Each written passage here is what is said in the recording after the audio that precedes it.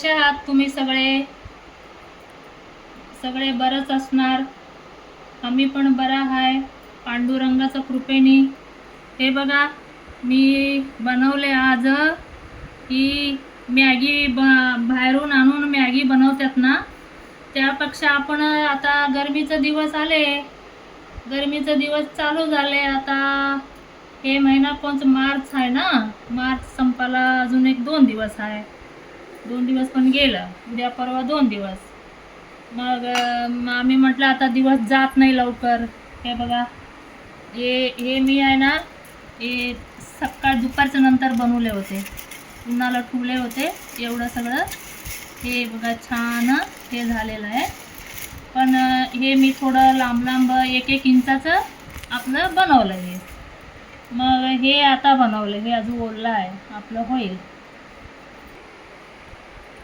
हे बघा, हे वाटी भरून मी पीठ काढलं होतं. सकाळी चपात्याला पीठ मळते ना, ते एवढं काढलं होतं. नाही, हे मोठं वाटीत काढलं होतं. मग ते आता संपलं पीठ. मग हे असं, हे बघा, असं असं बनवायचं पिठाचं.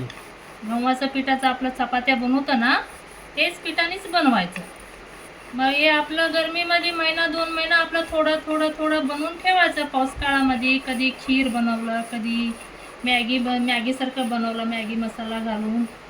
आणि हे बघा, हे असं केलं ना, हे बघा असं पण तुम्ही तोडू शकता. हे बघा, असं पण तोडू शकता. ह्याला म्हणतात, हे बटवेच बोलतात ह्याला. मराठी भाषामध्ये बटवे म्हणतात आणि कन्नड भाषामध्ये गवली म्हणतात. असं मी हे आज बनवलं. आणि मंडळी, हे बघा, गहू पण निवडायचं होतं. ते गहू निवडले दुपारी. हे बघा, 10 किलो गहू निवडला. आता एक थोडं थांबा.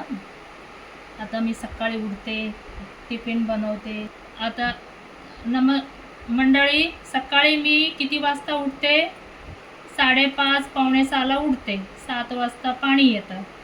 पाणी भरा, टिफिन तयार करा 2 मुलांचं, आपलं आंघोळ, पूजा आणि का झाडू, हे तरी घरचं कामं. म्हणून आहे ना, हे सगळं मी आता घरी बसून आपलं थोडं थोडं आपलं काहीतरी कार्यक्रम करायचं असं मी ठरवलं. आज एवढं बनवलं. परत आणि मी खणीवरे पण बनवतात, ते मी आणि परत तुम्हाला दाखवते. थोडंसं आहे त्याला बोल. हां, आता बघा, माझा दवा पण चालू आहे. मला ह्याचं पोटाचं सोनोग्राफी करायला सांगितलेलं आहे डॉक्टर. ते दवा पाणी पण चालू आहे. आता बघा, आजचा दिवस माझं असं रोजचं असतंय कामाचं.